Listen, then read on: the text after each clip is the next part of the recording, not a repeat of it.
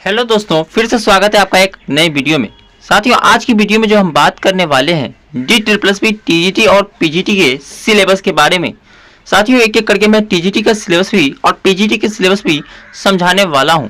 तो आइए दोस्तों, सबसे पहले बिना टाइम वेस्ट किए TGT के सिलेबस को एक्सप्लेन करने वाले हैं। आइए दोस्तों, TGT के सिलेबस के जब बारे में आते हैं तो TGT के सिलेबस की जब हम और बढ़ते हैं तो इसके जो TGT का एग्ज़ाम जो होता है वो 2 पेपर में होता है। मतलब एक पेपर 1 में जिसमें जनरल सामान्य पार्ट रहता है, जनरल अवेयरनेस की पार्ट रहती है, और दूसरे में बात करते हैं तो सब्जेक्ट कंसर्न यानी टीचिंग मेथोडोलॉजी या फिर एजुकेशन साइकोलॉजी रहती है।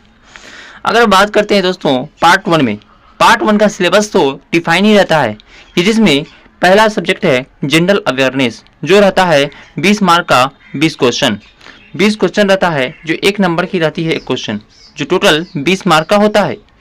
अगर बात करते हैं साथियों दूसरे सब्जेक्ट का, वो है रीजनिंग, जिससे 20 क्वेश्चन आते हैं 1 नंबर की, यानी 20 मार्क का क्वेश्चन टोटल रीजनिंग से पूछा जाता है।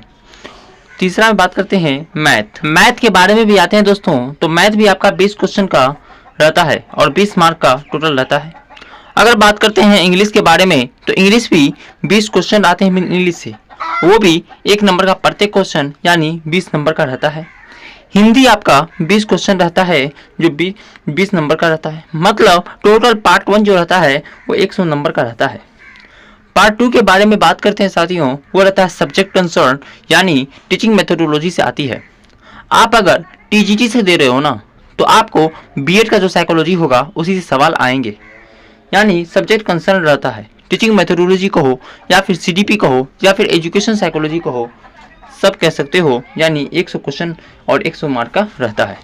तो टोटल हम TGT की बात करते हैं दोस्तों, ये आपका 200 मार्क का रहता है।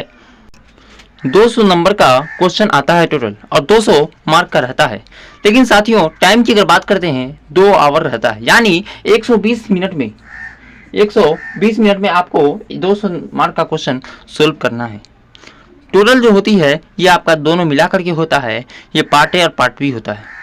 और TGT भी साथियों इसमें 40% की रहती है, यानी एक पार्ट में आपको 40% लाना अनिवार्य होता है, तभी आपकी दूसरी कॉपी जो होती है वो जांच होगा।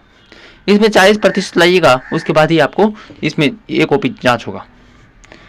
अगर दोनों पेपर में से कोई एक में 40% से अगर कम आ रहा है, 40 मार्क्स से कम आ रहा है, तो आपकी कॉपी वैलिड नहीं मानी जाएगी, आपका रिजल्ट नहीं दिया जाएगा। तो यही था दोस्तों TGT का सिलेबस। लेकिन साथियों बात करते हैं PGT यानी पोस्ट ग्रेजुएट के टीचर के सिलेबस क्या रहने वाला है। तो ये सिलेबस था TGT का। अब चलते हैं साथियों PGT की ओर। तो आइए दोस्तों, अब आते हैं DSSS यानी PGT के सिलेबस की ओर, जिसमें पोस्ट ग्रेजुएट टीचर का जो सिलेबस रहता है वो कुछ इस प्रकार रहता है कि आपकी पार्ट 1 जो है सब में सेम ही देख लिया कि वही 20 क्वेश्चन 20 मार्क का जनरल अवेयरनेस से, रीजनिंग से भी वही, मैथ से भी वही और इंग्लिश से भी वही, हिंदी से भी। 2 लैंग्वेज आपका 40 मार्क का रहता है और इधर मैथ, रीजनिंग और जनरल अवेयरनेस रहता है। जिसमें दोस्तों आप देख रहे हैं कि टोटल आपका पार्ट 1 100 मार्क का होता है। सेम पैटर्न पर आपको ये दिया जाता है। लेकिन इसका जो सब्जेक्ट कंसर्न रहता है यानी पार्ट 2 जो होता है वो आपका टीचिंग मेथोडोलॉजी या फिर एजुकेशन साइकोलॉजी रहती है। जो इसमें बदलाव दिया जाता है कि वो 200 क्वेश्चन रहता है, जो 200 मार्क का रहता है। अब जब 200 मार्क का रहता है तो इसमें समय कितना दिया जाता है, तो टाइम की अगर बात करते हैं तो टाइम रहता है टोटल 3 आवर। 3 आवर में आपको 300 मार्क का क्वेश्चन आपको सॉल्व करना है। यही साथियों पैटर्न रहा PGT की। तो दोस्तों DSSS TGT और PGT का भी सिलेबस और एग्जाम पैटर्न भी समझ गए। कितना मार्क का कौन एग्जाम होता है, TGT आपका 200 क्वेश्चन का रहता है, लेकिन PGT जो है वो आपका सब्जेक्ट कंसर्न जिसमें 200 क्वेश्चन 200 मार्क का होता है।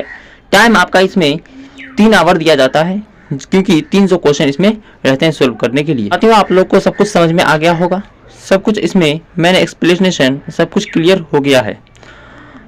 आई होप वीडियो आपको बहुत अच्छा लगा होगा। अगर अच्छा लगा हो तो वीडियो को जरूर लाइक करें और हमारे चैनल को आप जरूर सब्सक्राइब कीजिए ऐसे ही ऑथेंटिक अपडेट के लिए।